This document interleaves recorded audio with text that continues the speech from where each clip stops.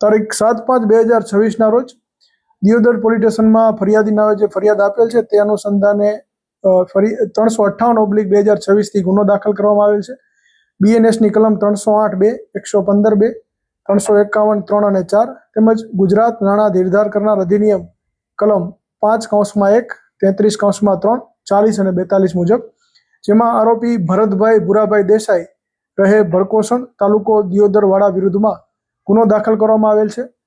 આ ગુનાની હકીકત એવી છે કે આ કામના ફરિયાદીએ 5 મહિના પહેલા દિયોદર ખાતે એક ફેક્ટરી શરૂ કરેલ હતી, જે ફેક્ટરીમાં તેઓને પૈસાની જરૂર પડતા તેમણે આરોપી પાસેથી ટુકડે 3,40,000 રૂપિયા વ્યાજે લીધેલા હતા। આ વ્યાજના દર 4 દિવસે વ્યાજ પેટે જો પેનલ્ટી ચૂકવવામાં ના આવે તો ડબલ વ્યાજની માંગણી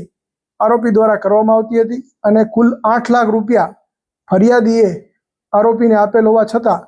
વધુ 2 લાખ રૂપિયાની માંગણી કરવામાં આવતી હતી અને જે અનુસંધાને ફરિયાદીને જાનથી મારી નાખવાની ધમકી તેમજ માર મારવામાં આવેલ, જે બાબતે ઉપરોક્ત ગુના નંબરથી ગુનો દાખલ કરવામાં આવેલ છે તેમજ આરોપીને પકડી પાડવા માટેની હાલમાં કાર્યવાહી શરૂ છે। તેમજ બનાસકાંઠા રેન્જના પોલીસ મહાનિરીક્ષક સાહેબ શ્રી તેમજ વાવ થરાદ જિલ્લા પોલીસ અધિક્ષક ચિંતન તેરિયા સાહેબનાઓ દ્વારા આ પ્રકારની વ્યાજખોરી કરતા ઇસમો વિરુદ્ધ ઝીરો ટોલરન્સ નીતિથી કામગીરી કરવા માટે સૂચના આપવામાં આવેલ છે। ત્યારે આપ સર્વે મીડિયાના માધ્યમથી હું દિયોદરની તમામ જનતાને અપીલ કરું છું કે આ પ્રકારની વ્યાજખોરી કરતા કોઈપણ વ્યક્તિ વિરુદ્ધમાં કોઈપણ પ્રકારની રાવ ફરિયાદ હોય તો પોલીસ સ્ટેશન ખાતે સંપર્ક કરવો। આ પ્રકારની વ્યાજખોરી કરતા ઇસમો વિરુદ્ધ કડકમાં કડક કાર્યવાહી પોલીસ દ્વારા હાથ ધરવામાં આવશે। તેમજ આ જે આરોપી છે ભરતભાઈ ભુરાભાઈ દેસાઈ,